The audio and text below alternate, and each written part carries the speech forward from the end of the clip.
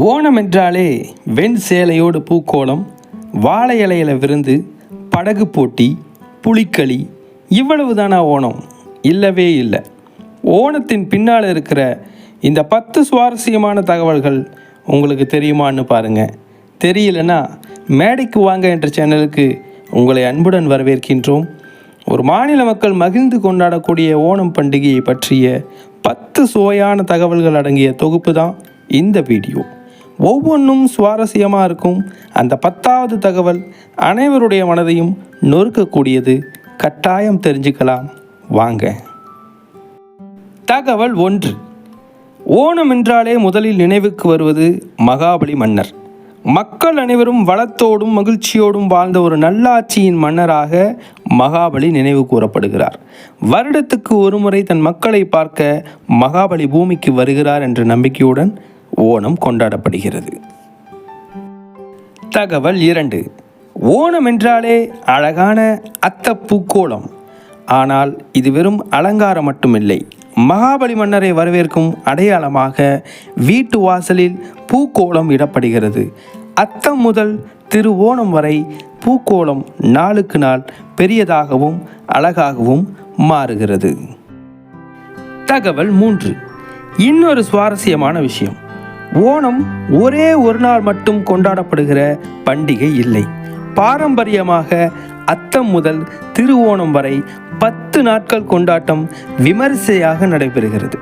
ஒவ்வொரு நாளுக்கும் ஒவ்வொரு தனிச்சிறப்புகள் இருக்கின்றன. அதையும் நீங்கள் தெரிந்து கொள்ளுங்கள். தகவல் 4. இப்போது ஓணத்தின் மிகவும் சுவையான பகுதிக்கு வருவோம். ஓண சத்யா. வாழை இலையில் பரிமாறப்படும் இந்த பாரம்பரிய விருந்தில் பல வகையான உணவுகள் இடம்பெறும். அவியல், சாம்பார், கூட்டு, ஊறுகாய், பப்படம், கடைசியில் பாயாசம். ஆனால் சத்யாவின் உண்மையான அழகு அனைவரும் ஒன்றாக அமர்ந்து சாப்பிடுவதுதான். சுவையை விட முக்கியம் பகிர்வு. தகவல் 5. இப்போது சாப்பாட்டிலிருந்து நேராக தண்ணீருக்கு போகலாம். வள்ளம் களி. நீண்ட பாம்பு வடிவ படகுகளில் ஏராளமானோர் ஒரே நேரத்தில் துடுப்பு போட்டு போட்டியிடுவார்கள். துடுப்புகளின் ஒத்திசைவு, பாடல்களின் தாளம், மக்களின் ஆரவாரம், அந்த காட்சி உண்மையிலேயே பிரமிக்க வைக்கும். தகவல் 6. ஓணத்திற்கு மனிதர்கள் ஏன் புலிவேடம் போட்டு ஆடுகிறார்கள் தெரியுமா? அதுதான் புலிக்களி. குறிப்பாக திருச்சூர் பகுதியில் பிரபலமான இந்த நாட்டுப்புற கலையில் கலைஞர்கள் உடல் முழுவதும் புலி போன்ற வண்ணங்களை வரைந்து கொண்டு இசைக்கேற்ப நடனம் ஆடுகிறார்கள். பார்ப்பவர்களையும் உற்சாகப்படுத்தும் ஒரு அசத்தலான ஓணக்காட்சி இது. புலிக்களி ஓணத்தின் அதிரடி கலை. தகவல் 7. ஓணம் வந்துவிட்டாலே புதிய ஆடைகள் வாங்குவது வழக்கம். அதை ஓணக்கோடி என்று அழைக்கிறார்கள். குடும்பத்தினருக்கு புதிய ஆடைகள், அன்புக்குரியவர்களுக்கு பரிசுகள், நாள் முழுக்க கொண்டாட்டம் என ஓணம் என்பது மகிழ்ச்சியை பகிர்ந்து கொள்ளும் ஒரு தருணமாக பார்க்கப்படுகிறது. தகவல் 8. ஓணம் மகாபலி கதையுடன் மட்டும் தொடர்புடையது அல்ல. விவசாயம், அறுவடை, வளம், செழிப்பு ஆகியவற்றுடனும் ஓணத்திற்கு நெருங்கிய தொடர்பு இருக்கிறது. அதனால்தான் ஓணம் இயற்கைக்கும் விவசாயத்திற்கும் நன்றி சொல்லும் ஒரு விழாவாகவும் பார்க்கப்படுகிறது. தகவல் 9. ஓணத்தில் பூக்கோளம், சத்யா மட்டும் பிரபலம் இல்லை.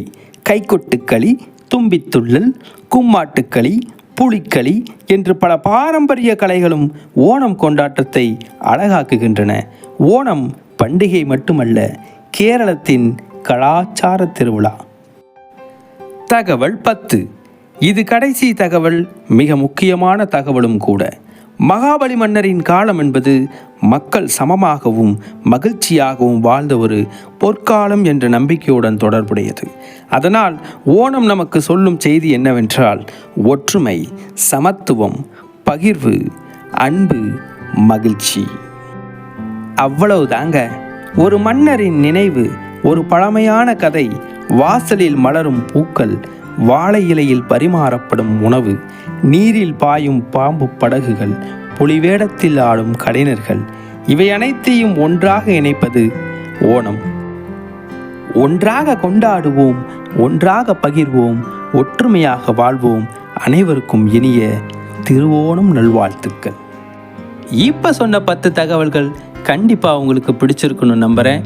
நீங்கள் மட்டும் தெரிஞ்சுக்கிட்டா போதுமா? உங்களுடைய நண்பர்களுக்கும் இந்த வீடியோவை ஷேர் பண்ணுங்கள்.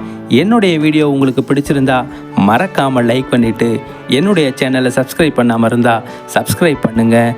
தயவு செஞ்சு பெல் ஐக்கானையும் கிளிக் பண்ணிவிட்டு மறக்காமல் எனக்கு உங்களுடைய ஆதரவை தொடர்ந்து கொடுங்க.